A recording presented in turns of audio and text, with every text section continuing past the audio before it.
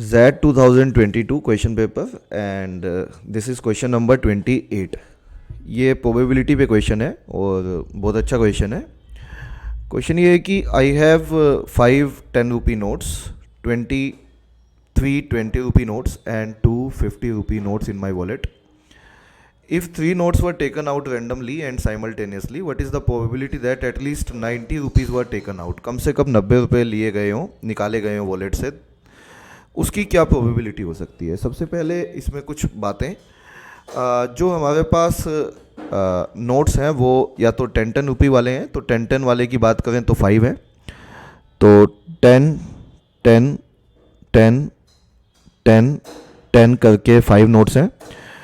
20 20 वाले 3 नोट्स हैं, ये क्वेश्चन में गिवन है 20 20 20, और बेसिकली 50 रुपये वाले 2 नोट हैं। ठीक है, तो ऐसे करके हमें ये दिया हुआ है। तो टोटल नोट्स अगर आप काउंट करोगे तो 5 + 3 + 2 टोटल 10 नोट्स हैं। तो अगर देखा जाए 3 नोट निकाले गए हैं और कोई भी कंडीशन ना हो तो टोटल केसेस बनते हैं। इस केस में total cases would B 10C3, क्योंकि 10 में से आप कोई भी 3 नोट निकाल सकते हो, तो total cases would be equals to 10C3। ये टोटल केसेस हैं, लेकिन फेवरेबल वो होंगे जिनमें कम से कम उन जो हमने 3 नोट निकाले हैं उनका जो अमाउंट बने, जो टोटल बने, वो कम से कम 90 रुपीज़ बने, है ना। ये क्वेश्चन में गिवन है। तो कम से कम 90 रुपये बनाने के लिए तो हमें क्या क्या चूज़ करना पड़ेगा वो देखना पड़ेगा। तो आप ये समझिए कि बन कैसे सकता है, मतलब 90 या 90 से ज़्यादा। तो अगर मैं 10 के नोट्स लेने की कोशिश करूं तो कोई भी 3 नोट लेके 10 10 के कभी भी 90 नहीं बन सकता। ऐसे ही 3 20 लेके कभी 90 नहीं बन सकता। तो कम से कम एक 50 का लेना ही पड़ेगा हमें। तो कम से कम एक 50 का चाहिए, और मुझे अगर 90 मिनिमम सम बनाना है 3 नोट लेके, तो 50 के साथ बाकी दो मुझे 20 20 के ही लेने पड़ेंगे, so that to make it 90 rupees. तो ये वाले केसेस हो सकते हैं। इसको कैसे अरेंज करना है, कैसे हमें सिलेक्ट करना है, वो अभी देखेंगे। दूसरा केस क्या हो सकता है, ये हो सकता है कि 2 50 के ले लें, तो अब ऑलरेडी 90 क्रॉस हो चुका है, जो कि हमें कम से कम चाहिए था। अब इसके साथ या तो एक 20 का ले लो तो भी चलेगा काम, या फिर 2 50 के साथ आप एक 10 का ले लो तो भी काम चल जाएगा। तो आप कहेंगे सर क्या ये 3 केस हैं? बिल्कुल नहीं, इनको हमें अब केसेस के हिसाब से देखना पड़ेगा। जैसे टोटल 10C3 थे, इनके भी टोटल केस अलग अलग निकलेंगे।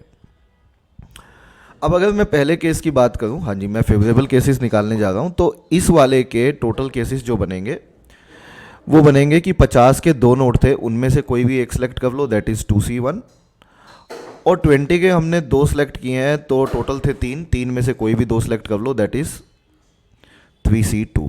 तो इतने केसेस बनेंगे 50 20 20 के। जो पहले वाला केस है 50 और 2 20 20 के, इतने टोटल केस बनेंगे। या फिर अगले वाले की बात करूं अगर मैं, तो 2 50 के तो थे ही 2, तो 2 के 2 सेलेक्ट हो गए 2C2, और 20 का एक सेलेक्ट हुआ है, कितने में से? 3 में से, तो इंटू 3C1, ये केस हो जाएंगे। और तीसरे वाले केस की बात करें जिसमें 2 50 के हैं, तो 50 के 2 हैं तो 2C2, और 10 का एक लेना है। 10 के टोटल हमारे पास 5 थे, तो उनमें से कोई भी एक लेना है, दैट इज़ 5C1। तो इसे हम सोल्व कर लेते हैं। तो 2C1 होता है 2, 3C2 को अगर हम सोल्व करेंगे तो 3 फैक्टोरियल, 3C2 होता है हमारा 3 factorial upon basically 2 factorial into 1 factorial. यहाँ फॉर्मूला कौन सा काम करता है? फॉर्मूला NCR काम करता है, that is n factorial divided by r factorial into n minus r factorial. तो ये लगाएंगे अगर, तो हम यहाँ पहुँचेंगे, और इसे अगर आप सोल्व करेंगे तो 3 फैक्टोरियल बाय 2 फैक्टोरियल है, तो इसे सोल्व करके 3 आ जाएगा बेसिकली। ऐसे ही आप बाकी भी कर सकते हो। 2C2 1 आएगा, 3C1 3 आएगा, 2C2 1 है, 5C1 5 आएगा। तो आप पाएंगे ये हो जाएगा 6 + 3 + 5, it comes out to be 14। तो फेवरेबल केसेस जो है वो हमारे 14 है।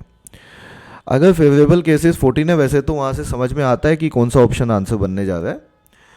आंसर ऑप्शन बी बनने जा रहा है, क्योंकि 14 7/60 है, तो 7 फैक्टर सिर्फ 14 का ही हो सकता है, बट हम पूरा सोल्व करते हैं।